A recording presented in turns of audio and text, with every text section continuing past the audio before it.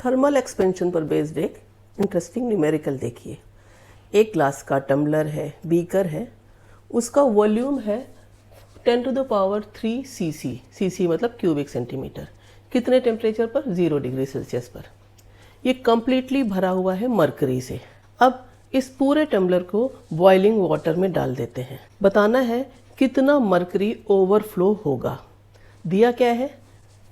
Coefficient of cubicle expansion glass के लिए 40 into 10 to the power -6 पर डिग्री सेल्सियस, मरकरी के लिए 180 इंटू 10 टू द पावर -6 पर डिग्री सेल्सियस।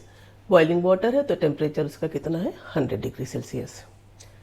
अब सवाल लगाने के लिए ये तो पता है कि हीट पाकर चीज़ें फैलती हैं, लेकिन कोफिशिएंट ऑफ वॉल्यूम एक्सपेंशन क्या होता है, उसका फॉर्मूला क्या होता है, ये आना जरूरी है।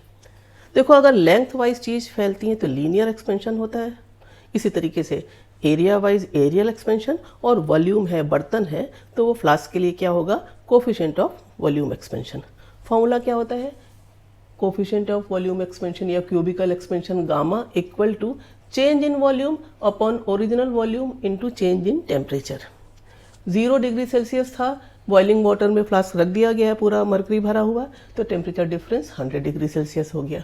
वॉल्यूम इनिशियली कितना था? 10 टू द पावर 3। कितना चेंज इन वॉल्यूम होगा? किसमें किसमें निकालेंगे? ग्लास का टम्बलर भी फैलेगा, मरकरी भी फैलेगा, तो इसी फॉर्मूले को दोनों के लिए लगा देंगे।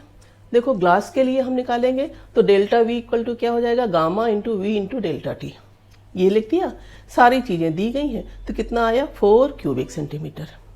अब मरकरी के चेंज इन वॉल्यूम देखें, इसका गामा वी डेल्टा टी लगाएंगे तो इसका 180 टू 10 का -6 है, और ये वी 10 टू द पावर 3 वही, और डेल्टा टी 100।